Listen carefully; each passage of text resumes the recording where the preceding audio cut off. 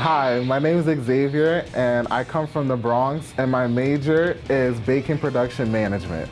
I chose Alfred State because out of all the schools, like SUNY schools, it was the only one that really had the hands-on experience. And this is like the only one that really popped out to me when I came to visit during the open house. The reason why I chose this major is because when I was at my grandmother's house, she used to bake all the time.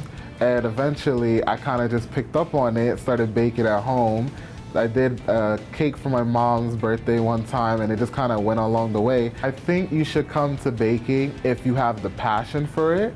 Most definitely the passion. If you don't have your heart into it, it may not be like your strongest suit. You gotta make sure you're having fun all the time. Make sure that it's something that lightens up your mood, lightens up your day, and doesn't kill your vibe all the time. Alfred State has helped me rise to the occasion, and I'm gonna have a nice, beautiful, sweet future.